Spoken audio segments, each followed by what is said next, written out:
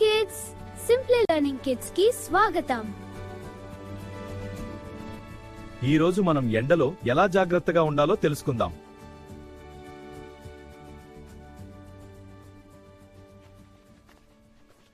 ఒక ఎండాకాలం రోజు చిన్ను బయట ఆడుకుంటున్నాడు. ఇది చాలా సరదాగా ఉంది. అవును, కానీ జాగ్రత్తగా ఆడండి.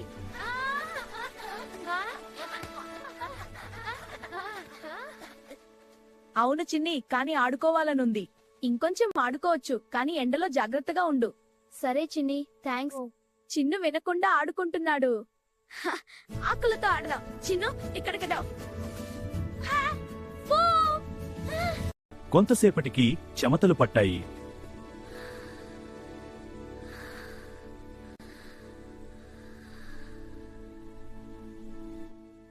నాకు అలసటగా ఉంది. అదేమీ పర్వాలేదు, నేనిక్కడున్నాను. కూర్చుందాం. చిన్ని భయపడింది. ఏం పర్లేదు, నేనున్నాను కదా, భయపడకు. ఇప్పుడు బాగుందా? అమ్మ వచ్చింది. ఏంటి బాబు, అంత అలసిపోయారా? రండి, లోపలికి వెళ్దాం. నీళ్ళు తాగావా? అవును అమ్మా, చాలా బాగుంది. మంచిది. అమ్మా దయచేసి. లేదమ్మా. కానీ అర్థం చేసుకో పిల్ల. సరే అమ్మా.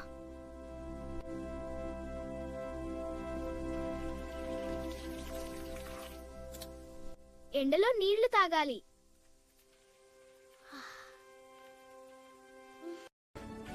పక్కింటి పిల్లలు వచ్చారు. ఎండలో ఆడకూడదు.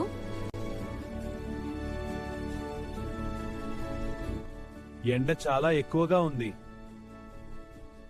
నాకు తల తిరుగుతోంది.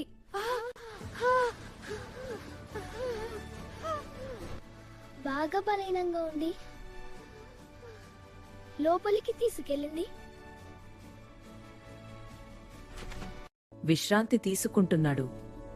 చిన్ను, బాగా అలసిపోయావా? అవును చిన్ని, కాని ఇప్పుడు బాగుంది. మంచిది, కాస్త విశ్రాంతి తీసుకోండి. నాన్న వచ్చాడు. అవును, నేను వచ్చాను. నాన్న, సహాయం చేస్తా. అవును బిడ్డా, చెప్పేమిటి? చాలా బాగుంది, ధన్యవాదాలు నాన్న. ఏమీ పర్వాలేదు. పుచ్చకాయ తినాలి, పెరుగు తినాలి,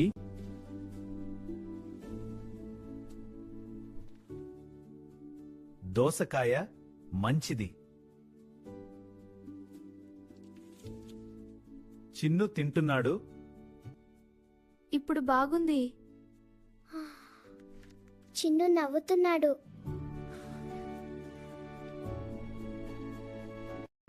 సాయంత్రం అయింది. మళ్ళీ ఆడుకుంటున్నారు. అందరూ సంతోషంగా ఉన్నారు. చిన్ను ఒక విషయం తెలుసుకున్నాడు. ఎండాకాలం జాగ్రత్తగా ఉండాలి.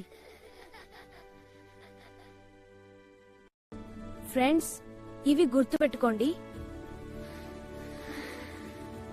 ఎండాకాలంలో రోజు నీళ్లు తాగాలి.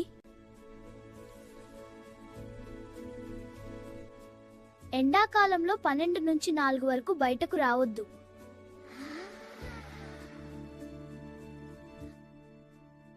ఎండలో ఎక్కువగా తిరగకండి.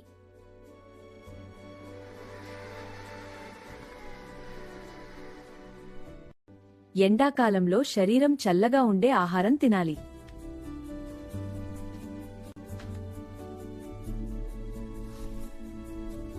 ఎండాకాలంలో రోజు విశ్రాంతి తీసుకోవాలి. అవునమ్మా, ఈ పండ్లు చాలా రుచిగా ఉన్నాయి. నాకు కూడా ఇష్టం. మంచిది, కాని విశ్రాంతి కూడా చాలా ముఖ్యం. అప్పుడు మనం ఆరోగ్యంగా ఉంటాం. అవును, అవునమ్మా. గుర్తుంచుకోండి పిల్లలు, మన ఆరోగ్యం మన చేతుల్లోనే ఉంటుంది. మళ్ళీ కలుద్దాం. పిల్లలు, మా వీడియో మీకు నచ్చితే యావందా తెలియనింగ్రో మా ఛానల్ ని లైక్ చేసి సబ్స్క్రైబ్ చేయండి. ఇంకా మంచి కథలతో మళ్ళీ కలుద్దాం.